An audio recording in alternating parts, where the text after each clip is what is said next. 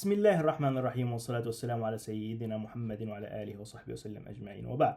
السلام عليكم يا إخوة. لما نيجي نتكلم بقى من واقع أنا بقى علوم النفس والطب في موضوع الظن، تمام. نظريات ألفت كثيرة في موضوع الظن دي وتقييم يعني الإنسان ليه بيفكر كده، ليه بيظن بشخص يعني مشهور عنه الصلاح وما شافش عنه حاجة وحشة، ليه بيظن السوء؟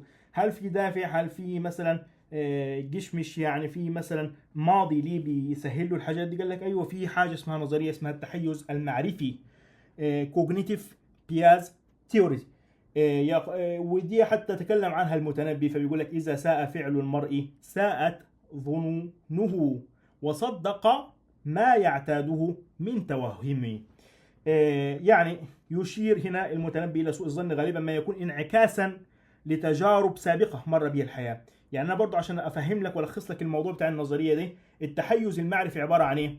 يعني انا اكون يعني متعود على يعني قاعده اساسيه، او انا عايش حياه فيها مفهوم معين، تمام. فبدون ان انا اعتمد على قرينه او دليل على اي حاجه، على طول بلزق فيها الناس. اول ما اشوف الواحد اقول انت كذا انت كذا بدون خير، بس شفت شكله كده، بس كده شفت اي حاجه من الماضي كده انت كذا انت كذا، تمام. ان هو ايه؟ عنده تحيز معرفي.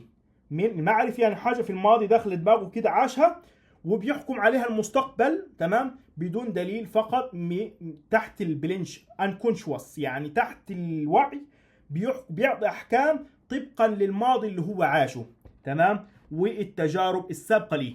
عنده تجارب سابقه ليه بدون ما هو يعتمد على اي ادله وبتاع. الموضوع ده كثير شائع بين الناس، يقول لك انا جربت الموضوع ده كده وكده فهو بيكون كده، ده اكيد كده. طب فين الدليل؟ فين بتاع؟ بس انا حاسس يعني ان انا مريت بتجربه شبه دي، تمام. مش مشكله انك انت ايه، نظريه التحيز المعرفي، انك انت تعتمد فقط على يعني البيئه اللي انت عشت فيها، او تعتمد على تجاربك كده مع ناس تاني بدون انك انت تعتمد على بينه صريحه واضحه في الشخص اللي قدامك. طيب في نظريات تاني، او في مرض يعني نفسي، مرض نفسي يفهموه الجماعه بتوع السيكاتري، تمام. وهو مرض الاضطرابات الوجداني، الاضطراب الوجداني افكتيف ديسوردر. ايه مرض الاضطراب الوجداني ده يا اخوه؟ ده يسمى احيانا بالبارانويا، ويعني الشك المرضي. ايه الشك المرضي ده؟ إيه الشخص بتاعه ده يا اخوه؟ الله يكون في عونه. يقول لك انا في ناس بتتعقبني، في ناس بتجري وراي. يقول لك الشخص ده عاوز يأذيني، الشخص ده عاوز يقتلني، روح يخاف منه وياخد له جنب وينعزل عن المجتمع. مراتي بتخونني، يبص في موبايلها كل شويه. مش عارف، انا لو رحت مثلا مكان معين بتاع هتأذي.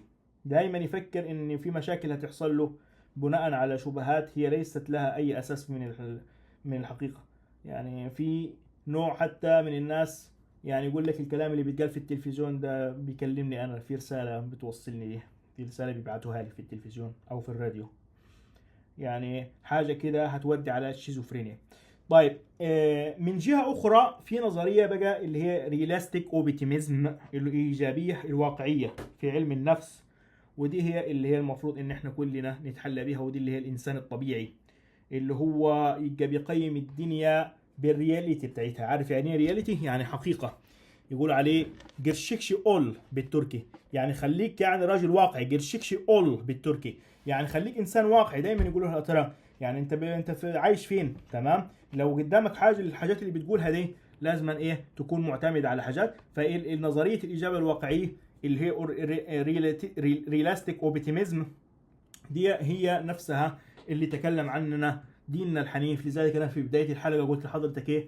قلت لك هتيجي للدين، هتيجي للقران، للسنه، لاقوال العلماء، للعلوم النفسيه، العلوم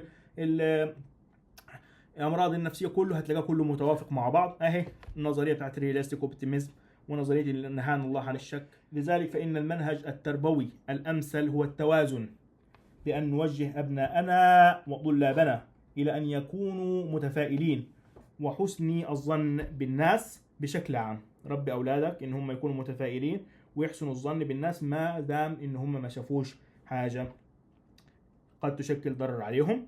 وتعلمهم شيء مهم جدا هو عملية التفكير الناقد، التفكير الناقد والتقييم الموضوعي.